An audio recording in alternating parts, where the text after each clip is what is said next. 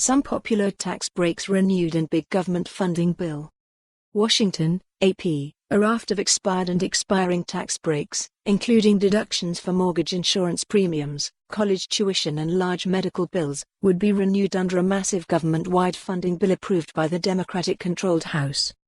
The action comes a few days before the second anniversary of passage of President Donald Trump's massive 2017 tax law, his signature legislative achievement.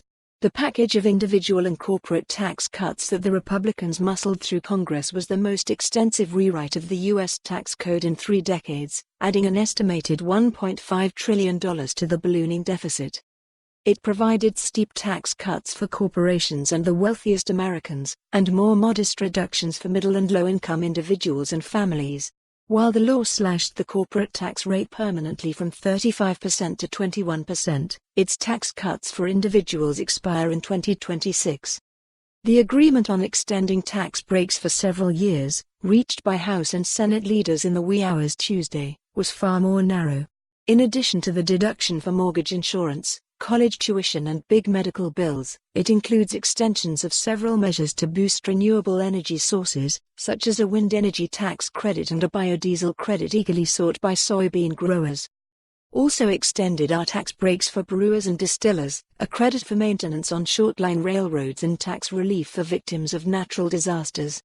We are extending tax relief needed to help rebuild in areas where natural disasters have devastated homes and businesses, Senator Chuck Grassley, Republican Iowa, chairman of the Senate Finance Committee, said in a statement Tuesday.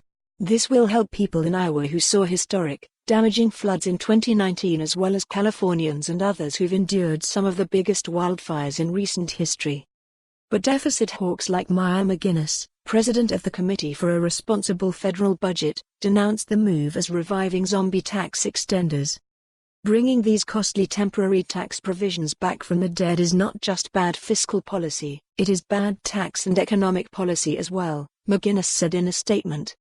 Also tucked into the $1.4 trillion government spending legislation is the repeal of a trio of taxes that came in with President Barack Obama's signature healthcare law. They are a tax on makers of medical devices such as surgical instruments and X-ray equipment, one on high-cost healthcare plans offered by employers, and another on health insurance companies, based on a company's market share. Powerful industry lobbies have agitated against the healthcare levies.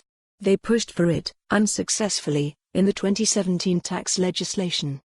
The narrow scope of the new tax agreement means that a broad bipartisan overhaul of T. For more on this story, visit the news article link.